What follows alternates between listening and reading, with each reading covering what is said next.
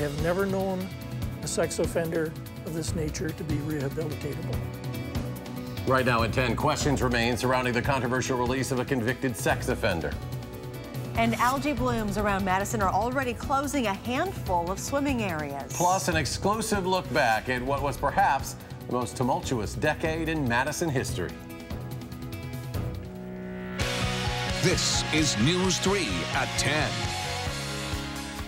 A man once convicted of a sexual assault is now a free man. A judge dismissed his case 3 weeks ago. But detectives from his past think this is a mistake. The Innocence Project used DNA testing to show 59-year-old Richard Baranek did not commit a sexual assault he was accused of decades ago. But one detective from a prior Baranek case says they've helped release a dangerous man. Only News 3, our Amy Reed sat down with one of Baranek's former victims. I've spent a year reading newspaper articles and watching television and seeing Richard Baranek portrayed as a victim. He served 27 years for a crime he didn't commit. Nobody knows that part of that sentence was for the crime that he committed on me when he sexually assaulted me at age 15. In 1987, Tracy Flippin was only 15. I was tough. I was pretty fearless. I was tough, and unfortunately, I didn't think anything of talking to people. She was working at a summer camp and took a bike ride on her break. I ran down the hill and into the woods, and I ran fast. I was a sprinter. But he was able to catch up with me. And he caught up with me, and he violently raped me. Tracy brought the case to the police and got Richard Baranek behind bars. Another case tacked on to that conviction, giving him 243 years in prison. I lived my whole life since the rape thinking that I would never have to worry about Richard Baranek. He was never getting out of prison. I didn't have to worry about it. 1 year ago, Baranek was released. DNA evidence didn't match his most recent conviction. Though the district attorney said he believes there could still be a guilty verdict against him, the case is not going to trial again. 3 weeks ago, the case was dismissed. The last 3 weeks have been some of the worst of my life, I think. We don't, in free countries, lock people up on the fear of what they might do tomorrow. We lock them up if we're able to prove them guilty beyond a reasonable doubt for what they did yesterday. Dean Strang is one of Baranek's attorneys. He said Baranek has changed. He's an older man now and isn't at all proud of some of the things he did as a young man. Detective William Glass, who's been with Tracy since the beginning, doesn't agree. This guy is a serial rapist. He is a predator. He is still, by any stretch of the imagination, capable of continuing his behavior. I will be absolutely shocked if within the next year he's not in some way tied to a sexual assault. And you know, yes, Richard Baranek got out of prison, but his victims live in a prison that they will live in for the rest of their lives. That attorney you saw is not with Project Innocence. We tried to reach out to them to ask them why they chose to help a man twice convicted of sex crimes get out. They couldn't get anyone with the project to talk with us. A very powerful interview. Amy Reed reporting tonight. Amy, thank you. The driver accused of killing a Madison man and injuring his wife in a crash on Midvale Boulevard is facing new charges. 19-year-old Benjamin Cortez was driving more than 100 miles per hour before the crash on April 27th. An amended criminal complaint filed today shows 6 new charges, including homicide by intoxicated use of a vehicle. New tonight at 10, police are looking for a man they say tried to entice a young girl to get into his van today. Police say the man asked the 11-year-old girl if she wanted some candy. This was near Lakeview Elementary. The girl said no and ran closer to the school to find trusted adults. She describes the man as white, in his 20s or 30s, with short blonde hair with some facial hair. She says the van was blue and rusty. A Milwaukee police officer is dead and another is in the hospital after a squad car was involved in a rollover crash. This evening, the squad car rolled off the road and became wedged near an overpass. There's still no word yet on what caused this. And some incredible dash cam video tonight out of Hudson. A suspect led authorities through fields, neighborhoods, and yards reaching speeds of 90 miles per hour. Police say the truck was reported stolen a few days earlier.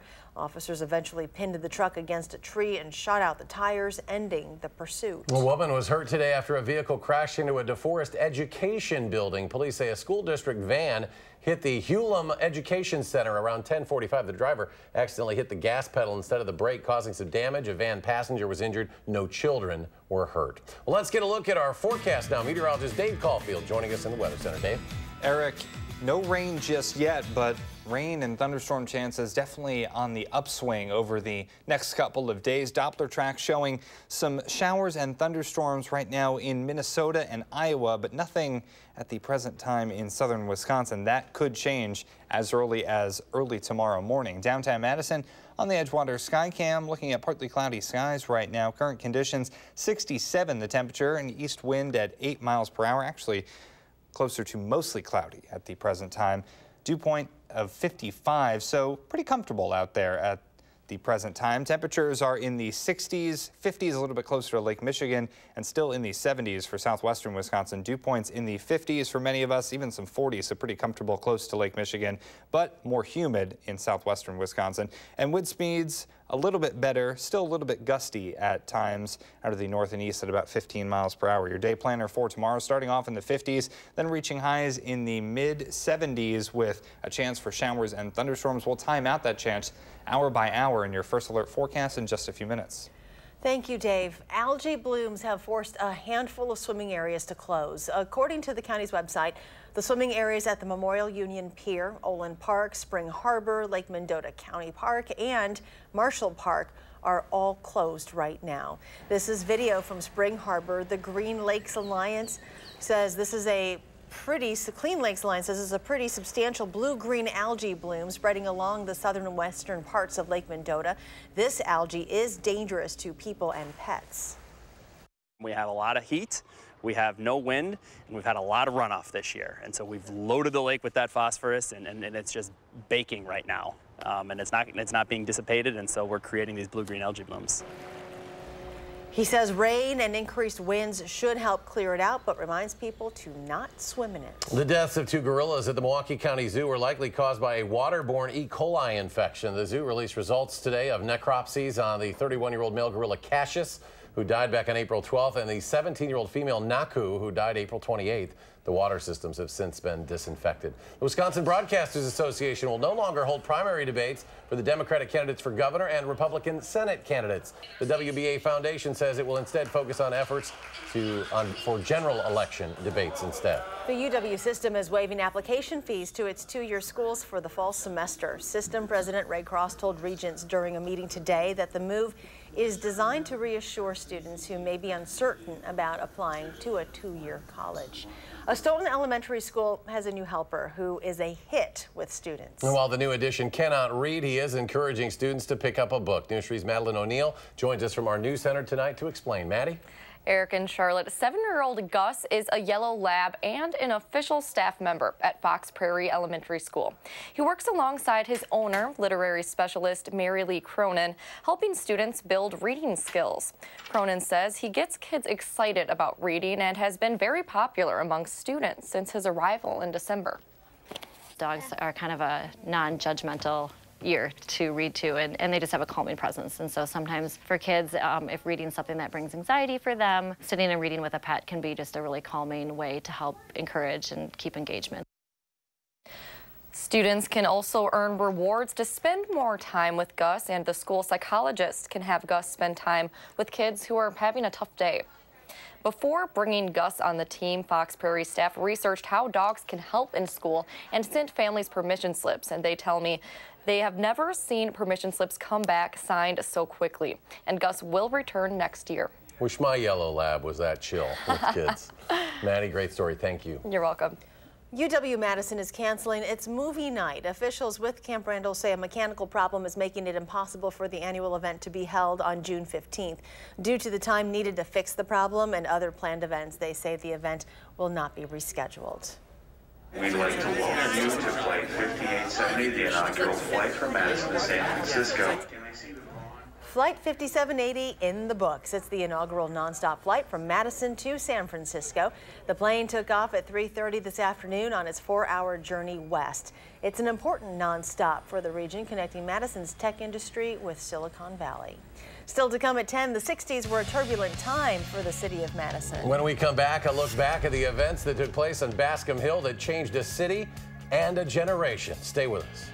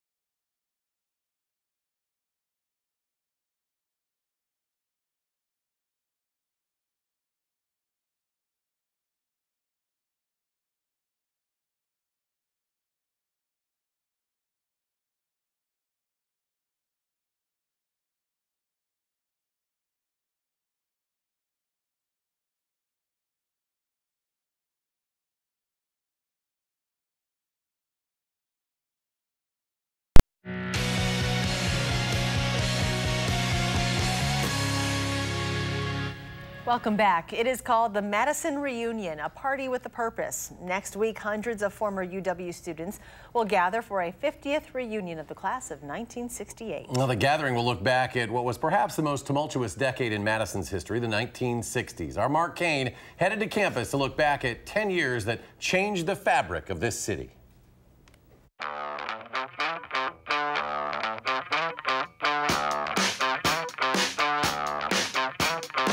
The 1960s, describe it in one word.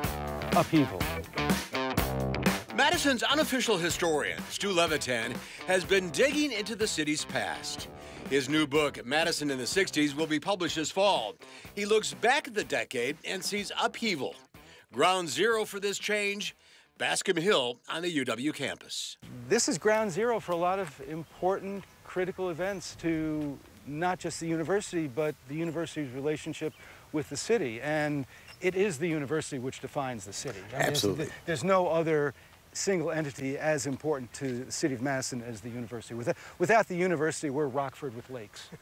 And it all unfolded under the unblinking eye of Abraham Lincoln. So in the shadow of Lincoln, yes, a lot of stuff happens. A lot of stuff happens. This is the site of several iconic events. Of course, in 1963, President Kennedy's memorial service here, very somber, dignified, mournful, shocked event. It was the state's official memorial. April 1968, another memorial service. We come to mourn our dead heroes in the shadow of the first martyr.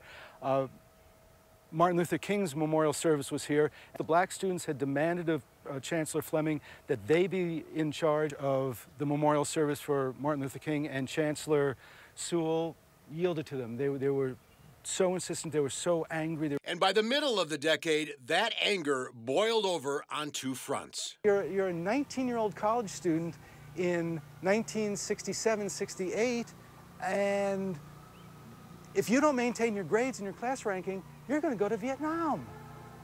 That's going to put a lot of stress in your life. And that's going to make the war the most important thing in your life. The extent to which the war and race overshadowed everything in that decade is incomprehensible to people who didn't live through it or who have at least studied it. The war protests are well known.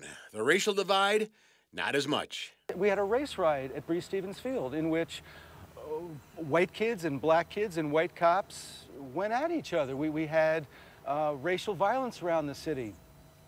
We had the white football coach, the assistant football coach, quitting the team in protesting, accusing the black players of being terrorists. In 1968, there was the firebombing of South Hall as part of a protest over civil rights, students demanding that the Regents sell their stock in Chase Manhattan Bank because it supported the apartheid government of South Africa. Where we're sitting in February 1969, there were an array of National Guardsmen. There were National Guardsmen on this campus with fixed bayonets. You know, fixed bayonets in crowd situations. For many, that was the 1960s. For a lot of people, the sex, drugs, and rock and roll was really good, but the political situation was very bad. So as former students return to campus to look back 50 years, there will be panel discussions and concerts and memories relived and lessons learned. There's a reason to commemorate. There's a reason to look back. There's a reason to learn. There's a reason to reflect. There's a reason to try and apply the lessons of the 1960s to the reality of the 21st century.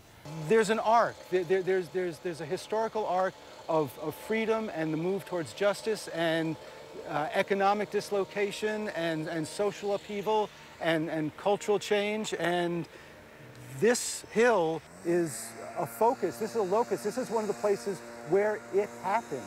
You hear about being in the room where it happened. This is the hill where it happened. 60, it's quite a decade. For the most, yeah. I'm glad we only did it once. I don't think we could do it again. In Madison, I'm Mark Kane, WISC News 3. Great perspective there from Stu Levitan. The Madison reunion takes place next week, June 14th through the 16th. Many events are sold out, but there are a number of free activities taking place mostly at the UW Memorial Union. You can check out all of the events planned at madisonreunion.com. All right, we look to the forecast now. Meteorologist Dave Caulfield joining us once again on the First Alert Weather. Dave? Yeah, not too many 60s today, more 70s and 80s in the temperature department.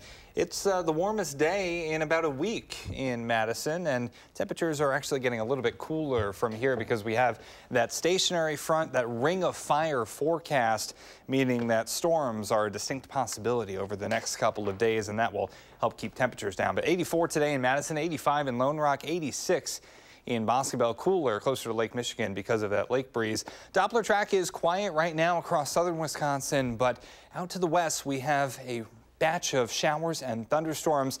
I think we'll start to see some development of showers and thunderstorms closer to southern Wisconsin by the time we get to early tomorrow morning. The good news is the severe weather outlook for Friday. Any strong thunderstorms I think will be to the south and west of us. That doesn't mean that we can't get a heavy downpour or two in those thunderstorms along with thunder and lightning, but I don't think any tornadoes, thankfully. But we are coming up on the anniversary of the Barneveld tornado, 1241 to 140 in the morning. So destructive, not only because of the size of the tornado, but because of the time when it happened. 36-mile path, $25 million in damage in just this tornado alone. Hopefully nothing like that ever happens again.